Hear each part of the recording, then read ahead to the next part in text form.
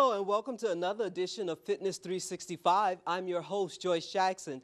Today we're coming to you from the Fitness Center at the Robert DePietro Center. It is the newest community center here in the city of Laurel, located at 7901 Cypress Street.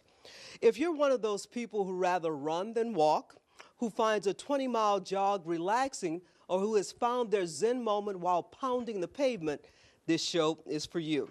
The race season is underway with 5Ks for charity, 10Ks for fitness, and marathons for those who like the challenge of the longer distances. On the show, we will show you how to build strength and endurance in your legs, tell you what to eat before, during, and after a race, and later on, an inspiring story that tells you it is never too late to chase your dreams. Help me now to welcome back my co-host. First off, Leona Brown. Owner and founder of Conversion Fitness, she is a master fitness trainer and a certified strength and conditioning specialist, also an avid elite runner, 27 marathons. Yes, the race season's where it's at. I'm excited about this segment. Also bringing his expertise to Fitness 365, D'Angelo Kennard, a strength and conditioning expert and the owner and founder of Advanced Sports Performance. And D'Angelo, maybe not marathons, but I know you run 5Ks and 10Ks. That's more my distance, but you know, bigger guys, I do like the adventure races, but certainly a challenge. So we're going to give you plenty of tips, plenty of information, and get you running as soon as possible. Well, running is one of those sports where little things will bring you big gains, and it's also very, very mental. So my biggest question is, how do we keep runners motivated? Well, it's setting a goal, and the biggest thing is going from race to race to race. So you set that one goal for time, and then you get a good time, and for most runners, they want to say, wow, I wonder if I can get a better time next race. So that's the goal, is to keep getting better and better as the race season progresses. So as you get better and better, is there one set approach to training for running? No one set approach. I mean, remember, just like with anything else, it's individualized. But run your own race. That's the most important thing. So if your race is just to walk, then you walk. Jog, then you jog, and you work your way up. But continue to set goals like Leona mentioned, and make sure you stay within something that's achievable for yourself. Leon, I know you're going to show us some plyometric moves today. Yes, plyometrics is good for explosiveness and speed.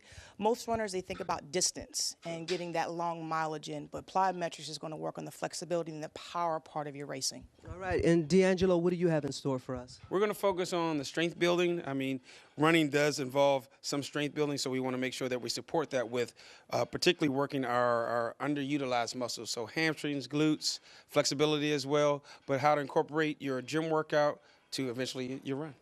All right, it's time to exercise, so lace up your running shoes and get started. Leona, you can go get set up for the plyometrics. D'Angelo, I have one more question for you. Sure. Can your legs be too heavy for racing? Your body can be too heavy, absolutely. I've experienced that. A larger physique isn't built for long distances, certainly, but as long as you're managing your pain, so that's focusing on your recovery. Again, that's your diet. That's also massage, icing, elevation. Sounds simple, but it's very vitally important. And like I said, you want to manage, your distances. So for me, I'm a 10K guy. Every once in a while I'll do a longer distance, but nothing that's going to introduce a lot of impact on my knees, and even my shoulders can start to bother me. So yeah, you want to make sure you manage it well. Absolutely. The massage part I can manage, but let's throw it over to Leona, who's going to show us some plyometric moves. Hello, everybody. Just as Joyce Jackson said, we're going to work on some plyometric movements. Plyometrics are very important in running. It's good for explosiveness, for speed, especially when you're getting into the deeper parts of the race for you marathon runners, your 20-mile, 22, and 25 miles. So I have my training partner here, Darnell Strong Soul Murphy, who is actually a pro fighter. He's got his pro debut November 15th. So excited to have you here with us today, and we're going to get some workout on, okay? Sounds good. All right. One of the first movements that we're going to do is what we call a jump squat.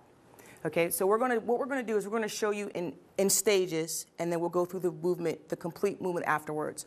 So the most important thing to realize is that it's more of a joint action. So you're going to come from your ankles to your knees to your hips, all of those joints working together. It's a very explosive movement. So first of all, Darnell, I want you to go ahead in a squat position. All right, he's going to keep his heels to the ground. Arms elongated, pointed down to the ground for the explosive movement. The power is going to come from his quads.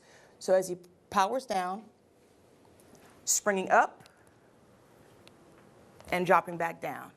You want to be very careful when you do this movement not to come straight down on the balls of your feet, on the flat part of your feet. You want to come down nice and easy. So come down on the balls of your feet and landing back down. Showing you from the side profile view.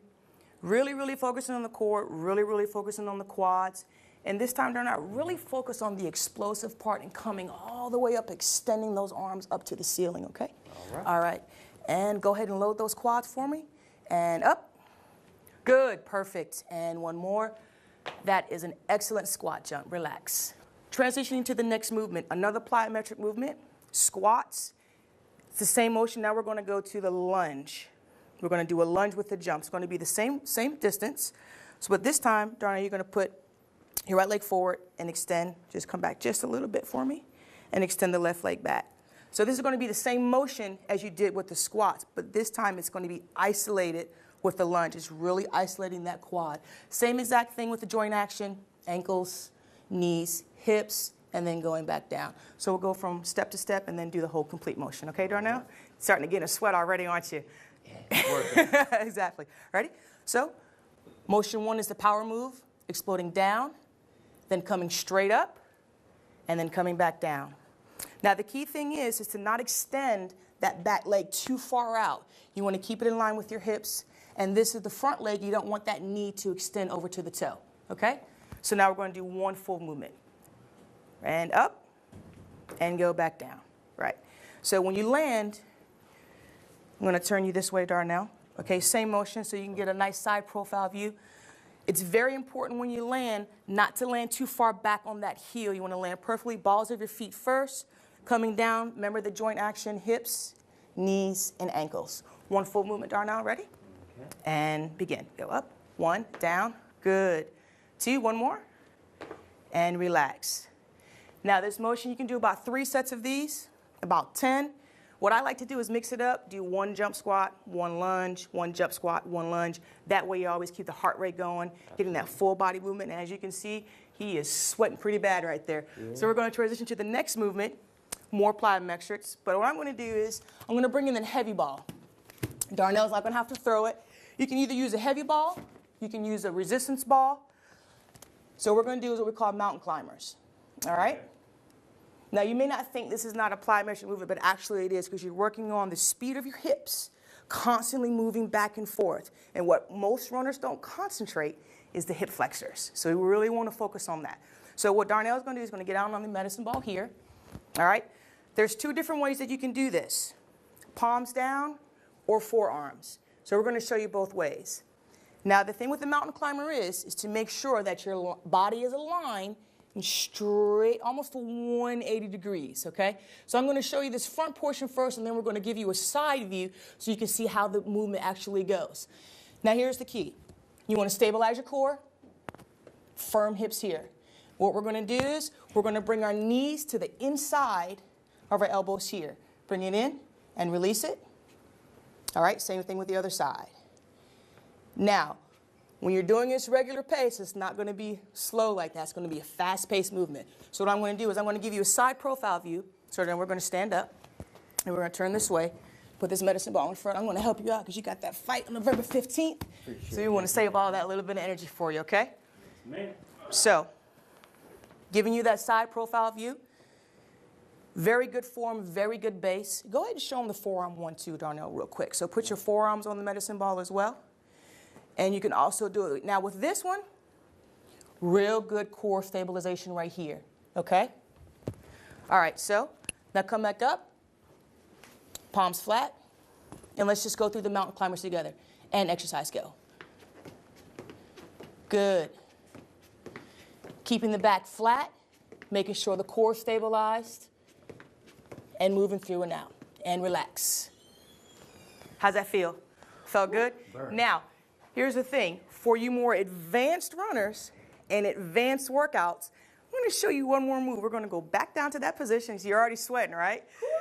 Absolutely. It doesn't take much if you're doing the exercise correctly.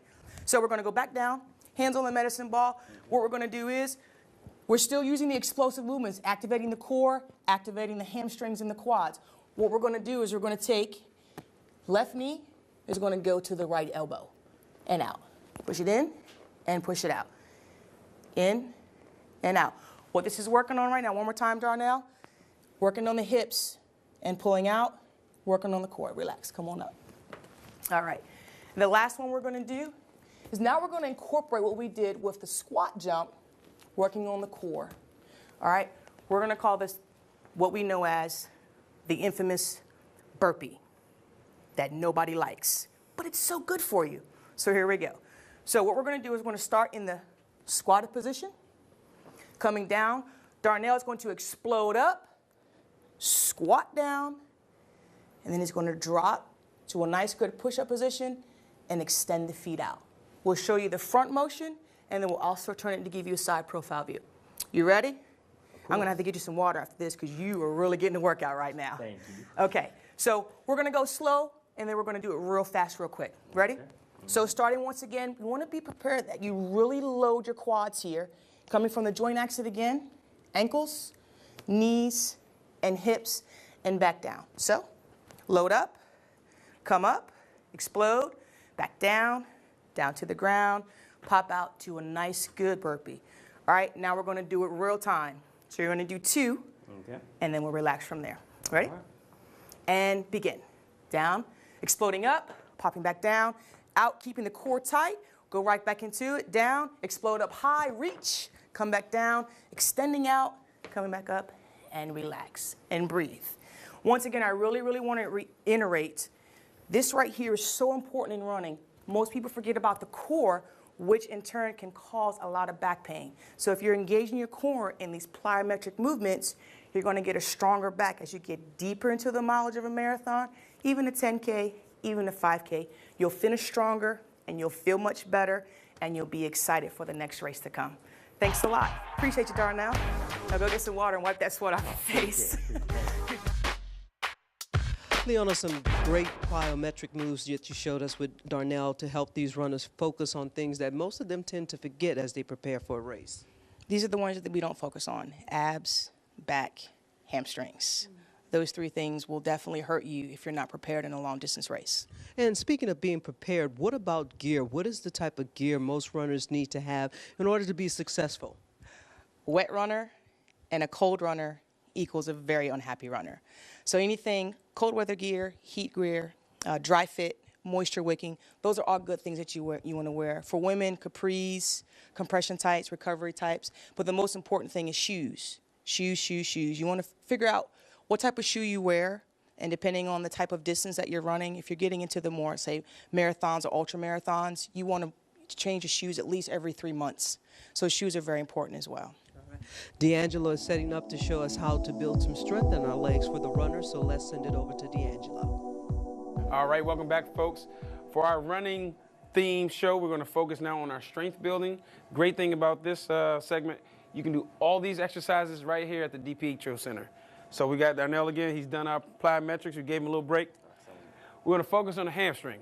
Hamstrings are those muscles right along the back of your leg. Think of it like a bicep. It's the opposite part of your quad.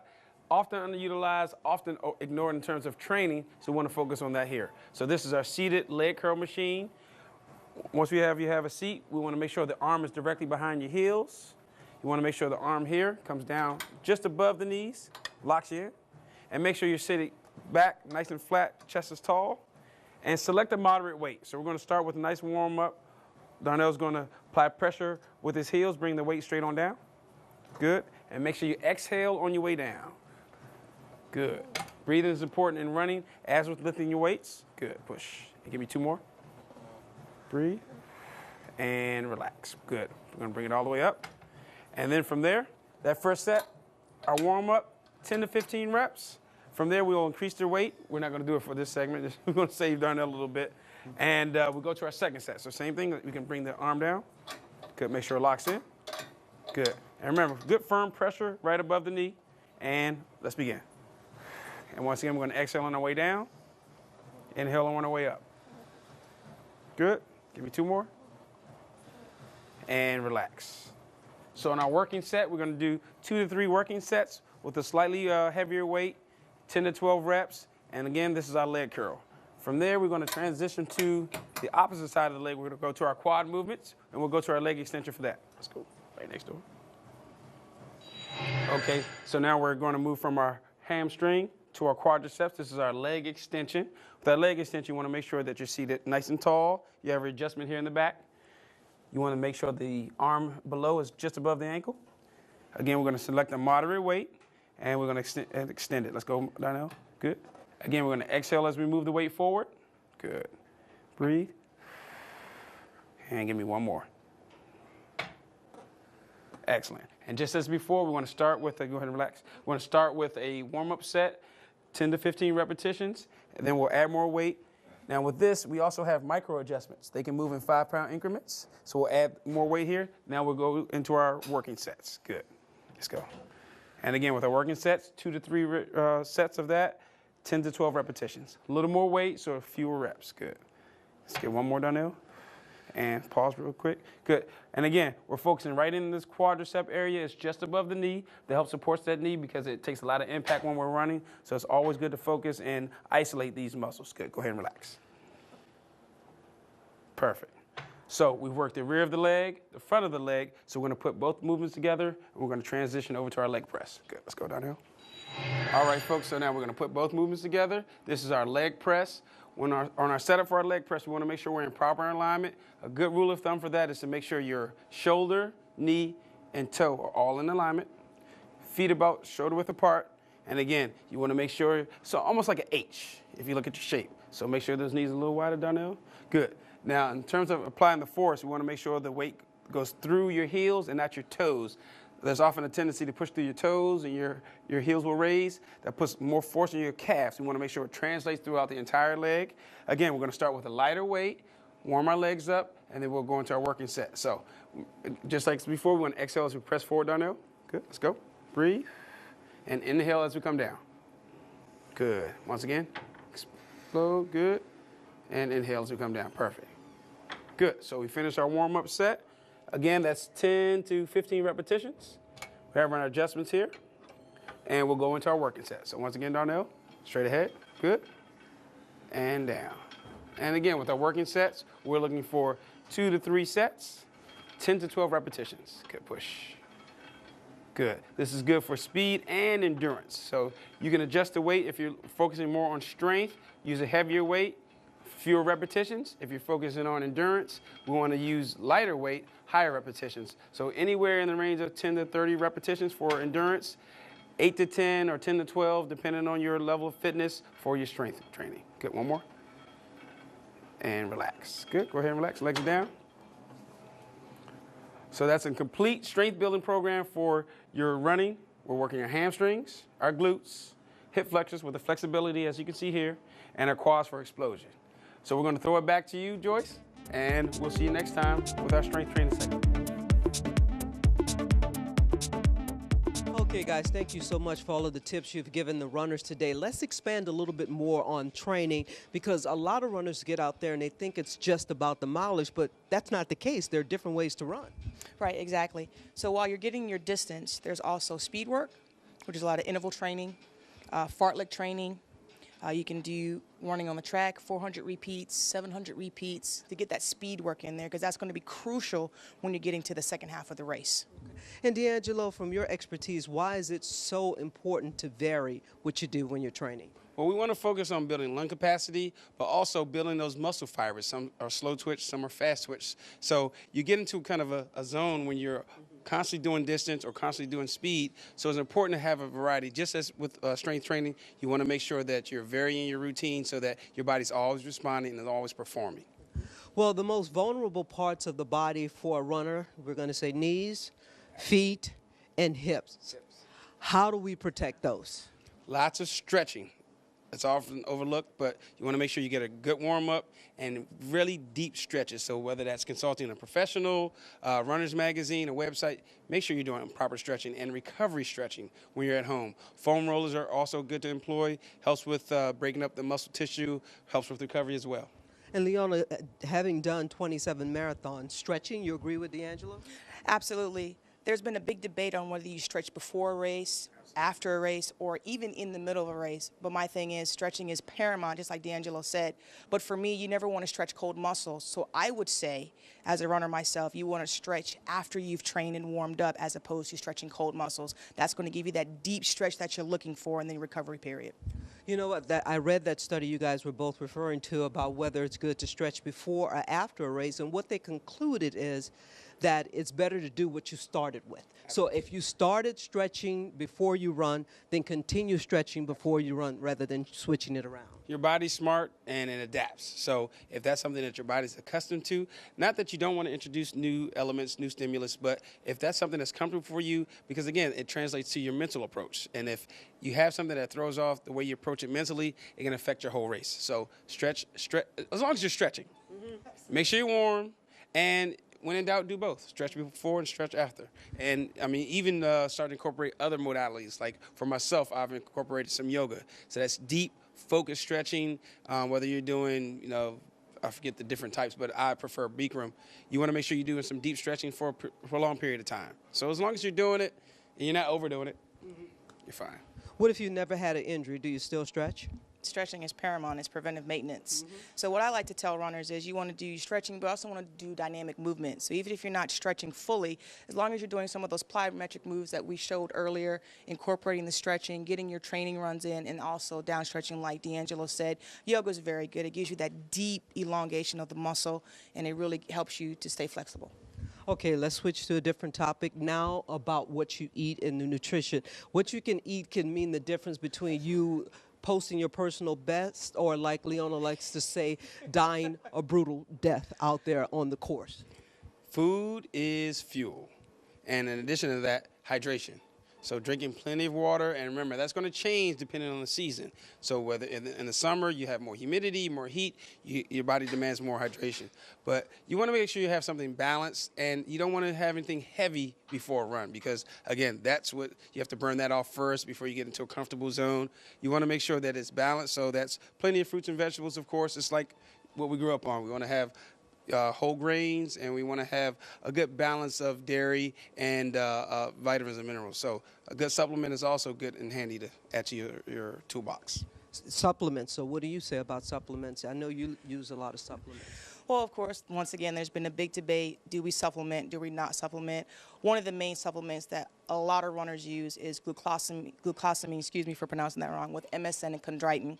But I would say the same thing with D'Angelo. If you're eating properly, getting the foods, the balanced foods that you need, then sometimes over-supplementing will take place because your body's not going to absorb it like it needs to. But I would say if you're just starting out running, keep a balanced diet, balanced variety, moderation. And the other thing is when you're doing your pre-race, you want to eat at least 2 to 3 hours before your marathon takes place. Anything after that, your body's not going to be able to absorb those carbohydrates and turn it into energy and feed it into your body like you're supposed to.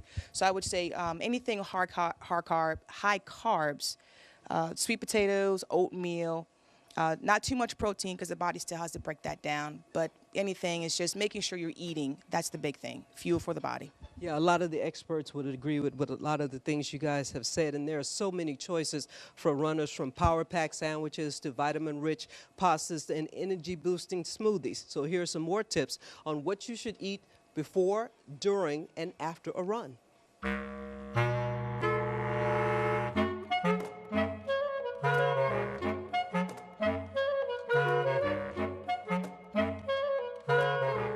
Hi, my name is Dana McGee, and I am a registered dietitian with Rebecca Bitzer & Associates. Today we're talking about exercise. So let's talk about the pre-workout.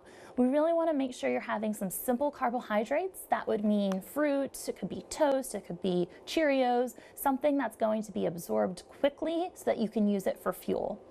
If you're somebody that doesn't eat breakfast, we may want to start with a small snack, and that can be something maybe 30 minutes to 60 minutes before you exercise. If you are having a full breakfast, you may want to decrease in terms of how much protein and how much fat is in that breakfast. That's digested slower, very healthy, you need it, but probably not at that time. We really want to make sure you're not feeling uncomfortable during your exercise, and that jostling around during digestion probably isn't going to make you feel too great.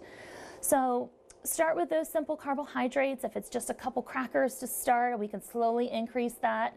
You can add a little bit of protein so that you're not feeling starving during your exercise. It'll also help that be readily available for after your exercise so that you can rebuild your muscles. So this is your tip, and I hope to see you next week. Since the tender age of 5 years old, Leona Brown knew what she wanted to do. She wanted to be a professional athlete. She even told her mom that one day she would be an Olympian, a goal that she knew took focus and dedication. Leona participated in many sports, but she was drawn to running and tennis. Each she attacks with an unwavering desire to compete at the highest level. For Leona Brown, obstacles are just another chance to push past her limitations and realize her dreams. My motto is to never quit and dream big, so I'm dreaming real big right now. The never quit attitude is the foundation of Leona's dedication to her country and her two passions, running and tennis. She debuted on the ITF Pro Circuit in 2005 before serving in support of Operation Enduring Freedom 3 years later. By 2012, Leona had become an elite distance runner as well, completing 27 marathons in her attempt to qualify for the Boston Marathon. Still, she felt a pull to return to the courts. I've been playing sports since I was 5 years old. Most thought it was basketball, but I really got the tennis bug after my mom taught me how to play when I was 10. And so ever since then, it's just been basketball, tennis, running, tennis, and I just really now want to really focus on tennis. However, Leona's dreams were derailed in November of 2012 by a devastating knee injury while on active duty in South Carolina, a double meniscus tear in her right knee. Leona pushed through a year of grueling rehab just to be able to walk again. And the doctor said she would never be able to play tennis or run like before. No more running, no more tennis, no nothing. Okay. For me, that was demoralizing, and it was stressful. I think I went through anger, then depression, and then everything else in between. But just through my good group of friends, good group core people, my surgeon and my therapist, I got back on the horse and started riding again. However, Leona's faith never allowed the soldier to accept that diagnosis. Doubt began to turn into triumph when Leona met Laurel resident Martin Novak on a local court. The height here gives you a shift because your legs are bent. It gives you potential shift forward without a leg has to come off the ground. My best friend, she saw him and she's like, go talk to him, go talk to him. I was like, no, he's not gonna talk to me. She's like, just go talk to him, Leona. And so I don't think I wouldn't talk to him. I think my best friend went and called him over there and he asked me if I was a tennis junkie. And I said, yeah. He said, you look like one. Novak also happened to be a former college tennis coach and the director of tennis at Trump National Golf Club in Virginia. He saw Leona's potential and agreed to assist her in her quest to return to the pro circuit. Leona is a very exuberant person. She's an extrovert. To me, that's a good way to be as a tennis player, because you're sort of hungry for things. You're curious. You're inquisitive. You are goal-oriented. All these things I see in her. Then in the training sessions, hardworking, a great student of the game, does her homework, comes up with ideas. I'm probably playing better now than I did at Division I tennis, and that says a lot because I was #1 seed. But I'm probably better now since working with him than I was then. For 1 hour each Monday, he fine-tunes her strokes and talent and offers words of encouragement. It's an athlete in my mind. You learn how to cope with the pace and the spin. And if I were to coach college again and she was that age, I would recruit her first day and second day and third day. That what you have a passion for, you make time for it. And when you love something that much, it doesn't matter how old somebody is or how young somebody is. It's for the love of the game, and I love to compete, and I want to compete at the top level. Leona, what an amazing and inspiring story. And you got back onto the pro circuit in September. No, you did not win the championship, but just stepping back onto the court, that's the victory. Well, Joyce, it was a great feeling traveling down to South Carolina, being on the tennis court, playing, and there were actually people that knew me from when I played in college, so that was even better just to have that experience again. And one of the things you guys should know is that D'Angelo helps Leona train and pushes her, and the word can't is not a part of his vocabulary. Yeah, you'll hear me say that a whole lot because I believe that anyone can overcome anything. And we know injury is a part of life, it's a part of sports, but so is recovery. Well, guys, that's going to do it for this edition of Fitness 365. The holidays, only a few weeks away, so quickly give me a tip on not eating too much and gaining those extra pounds during the holidays. Enjoy your day, and only that day. It's not Hollow Week, it's not Hollow Month, holiday. No leftovers? You can eat the veggies. Of course, he would say the veggies. Leona? I would just say portion control. Just be okay with it. Like D'Angelo said, have fun, enjoy, but don't make it like a big pile high on the plate. Just bring it down just a little bit. Okay. Well, we're going to expand more on avoiding the holiday bulge on the next edition of Fitness 365. Until then, remember, you can follow us on the City of Laurel's Facebook page, hashtag Fitness 365. If you have questions for D'Angelo, you can reach him. AdvancedSportsPerformance.com. And Leona? conversionfitness@gmail.com. All right. For D'Angelo and Leona, I'm Joyce Jackson. Be healthy and stay fit.